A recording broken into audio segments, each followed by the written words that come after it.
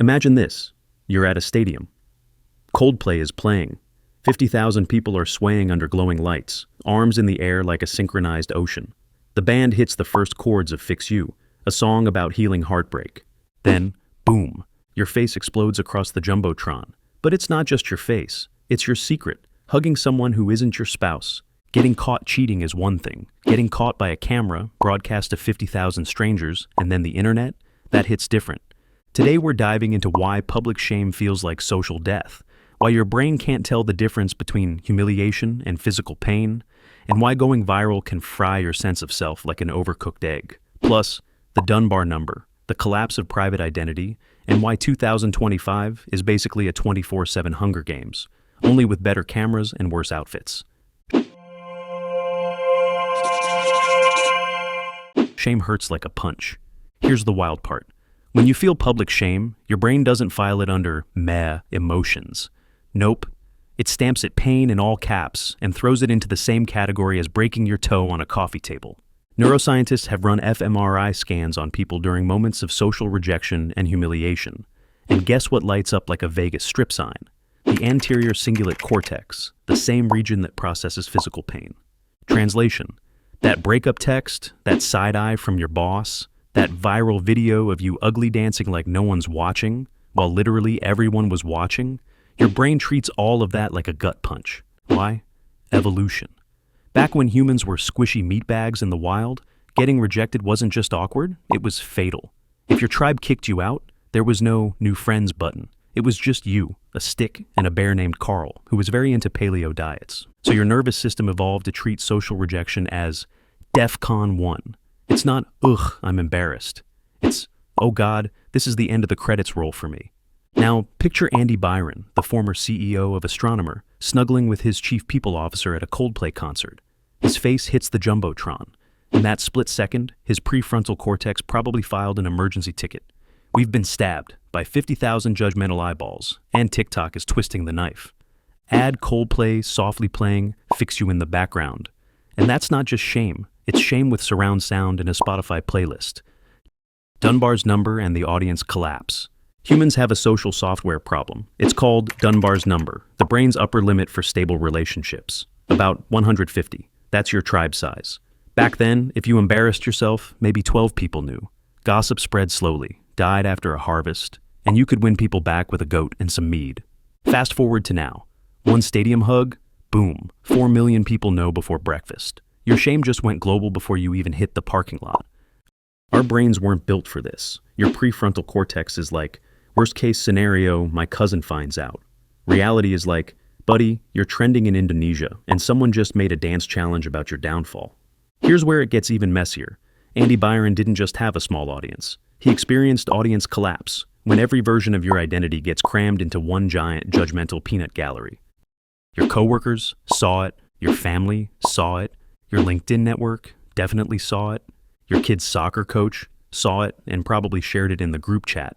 Your brain evolved for whisper-level gossip around a campfire. It did not evolve for Reddit threads titled CEO Gets Cozy at Coldplay, complete with 1,200 comments, half of which are memes, and at least one guy analyzing your body language like he's auditioning for CSI Relationship Unit. If you're loving this psychological autopsy as much as Reddit loves a scandal, hit that like button. It tells the algorithm we're not snuggling, just vibing.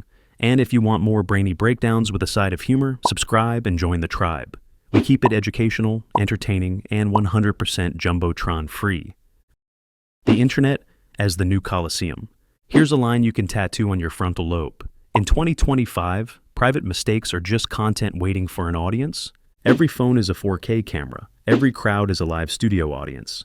And every moment, potentially monetized with a hashtag and a trending audio clip. Back in the day, public humiliation was a punishment. Stocks, pillories, scarlet letters. You had to really earn that shame. Today, it's a side effect of date night. A kiss cam is the new guillotine, just with better lighting and Coldplay in the background. And the psychology? Brutal. When you think you're being watched, your cortisol skyrockets, your heartbeat goes full EDM track, and fight or flight mode slams the button. The only problem? There's no cave to run to. There's only the algorithm, an immortal gossip engine that never sleeps. So while Andy and Kristen were wrapped up in their Coldplay cuddle, their limbic systems were sighing, "This is romantic. just us against the world. Meanwhile, the stadium camera guy was like, let's get some wholesome B-roll before Chris Martin hits the chorus. And TikTok was in the shadows sharpening its claws, whispering, you're about to be a trend, sweetheart. Why viral shame feels permanent. Here's the evolutionary plot twist. Our species thrived because we forget. Back in the tribe days, you screwed up. Maybe you burned the mammoth steak or flirted with the wrong cave partner. And sure, people gossiped. But then, the harvest came. Someone fell in a river. Boom, you were old news. Forgiveness was the survival feature. Shame faded. You got a redemption arc. Now, forget fading. The internet is a steel trap with perfect memory and zero respect for context. Your worst moment doesn't just stick, it trends, gets subtitled, and shows up in a BuzzFeed listicle titled, Top 10 Corporate Love Fails. Back in the village, shame was temporary. Today, it's a search result with a better SEO score than your LinkedIn profile. It's remixable, memeable, and endlessly downloadable by teenagers who weren't even alive when Coldplay released Fix You. And here's the psychological kicker. Your brain is wired for narrative closure. It wants the classic rom-com ending. Oops, I fixed it. Cue credits, happy montage. But virality laughs in the face of closure. It doesn't do fade to black. It does eternal loop. Your hug is now an immortal GIF set to Viva la Vida. Congrats. You're basically starring in a reality show you didn't audition for, can't get off of, and where the reunion episode drops every time someone stitches your video for clout. Ego, exposure, and identity collapse. Here's the thing. You're not one person. You're three. Your private self, your public self, your curated Instagram self that only exists in golden hour lighting. Normally, these selves live in separate boxes like neat little identity Tupperware. You take out one for work, one for brunch, and one for thirst traps. But viral exposure? It doesn't just open those boxes. It drop kicks them into a blender and hits puree. Your compartments melt into a smoothie called reputation juice. Andy Byron wasn't just a CEO or someone's husband, or that guy on LinkedIn writing essays about radical empathy and leadership. Overnight, he became a duet challenge. The man went from deploying data pipelines to starring in Coldplay core meme pipelines. And here's where it gets existential. Psychologists call this identity collapse, when all your carefully managed roles smash into one giant judgmental audience. The mental load? Off the charts. Because now you're not thinking, what do my coworkers think? You're thinking, what does everyone think, including that kid from 6th grade who just DM'd me, LOL bro you wild. It's not just embarrassing, it's a full-on ego meltdown. Your sense of control, the thing your prefrontal cortex clings to like a life raft, just got swept away by the algorithm tide. And TikTok does not hand out life jackets. Why the crowd is always watching. Once upon a time, you could make a public mistake and it would vanish into the air like a bad fart on a windy day. No record, no receipts. Just a fleeting embarrassment, maybe a weird glance, and then, poof, forgotten. But today, that fart has a ring light, a caption, and a million views before sunset. There is no such thing as unrecorded public behavior. You are always somebody's content. You might think you're grabbing coffee. Reality? You're background noise in a vlog called Aesthetic Mornings in the City. You're a meme in the making, a potential reaction video, a stranger's POV. This dude doesn't know he's viral yet. And this is where the bystander effect gets its 2025 glow up. The old rule, no one helps because everyone assumes someone else will. The new rule, no one helps because everyone's busy filming in cinematic mode with captions like, breaking, main character energy in the wild, or when life gives you karma, make content. Picture this. Your purse gets snatched. Instead of tackling the thief, 5 people are live commentating your emotional arc like it's the Met Gala. And Andy didn't even need a TikTok detective to do him dirty. His undoing came from the most wholesome villain imaginable, the stadium Jumbotron guy. Just a dude whose job is make strangers kiss for vibes, accidentally triggering the most catastrophic PR subplot of the year. He thought he was grabbing a wholesome couple moment, a little crowd-pleasing PDA. Aw, cute. Instead, he accidentally pulled the pin on a corporate HR grenade. And the crowd? They cheered. The internet? It feasted. The algorithm, it whispered, I can fix him, into content. Cosmic irony.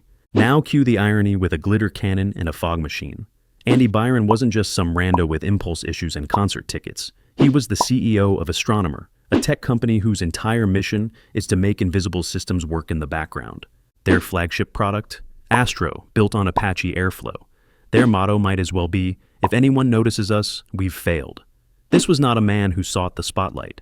His professional identity was built on orchestrating invisibility. Think, the person changing the batteries in the NASA rover, silent hero status, until a live feed cuts out and the entire planet thinks you ended space exploration.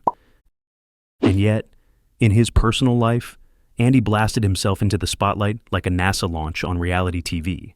He went from managing background cloud infrastructure to becoming front-page content in the cloud, from server-side efficiency to Reddit threads titled "Coldplay Cheating Cam has entered the chat." And let's not ignore the glitter-drenched soundtrack of his downfall, Fix You. Yes, that Coldplay ballad about emotional ruin, personal failure, and trying desperately to patch the mess. It played live as his marriage and career pipelines short-circuited in 6K resolution. If Shakespeare wrote data scandals, this would be Act 5. There's actually a neuroscience term for this: hypocrisy blindness. It's when your prefrontal cortex, the part of your brain responsible for judgment and impulse control, fails to connect your professional values to your personal decisions. It's the do as I say, not as I snuggle glitch. And he wasn't just hugging someone, he was hugging irony, in a stadium, in high definition. While Chris Martin whispered, "Tears stream down your face," to 50,000 people and the entire TikTok algorithm. How to survive the new public square. You can't stop exposure, but you can stop your brain from imploding when it happens. Radical transparency. The faster you own the narrative, the less viral ammo you hand the mob. Reframe the shame. Separate behavior from identity. I did a dumb thing is not equal to I am dumb. Digital hygiene. Assume every public act has an audience. Act accordingly. Or, simplest tip, don't cuddle at Coldplay. Final thoughts. Your brain still thinks shame equals death. Back then, it kinda did. Now, death is just a trending tab. So, the next time you feel invisible in a crowd, remember, you're not. Someone's filming, someone's uploading, and the algorithm never forgets. Which part blew your mind? The pain-shame connection or Dunbar's number glitch? Drop your take in the comments. Smash that like button if your brain feels 20% more paranoid, but 50% more prepared. And hit subscribe if you're into ideas that stick, figures that sketch. Ready for your next system update? Tap here and keep playing smart.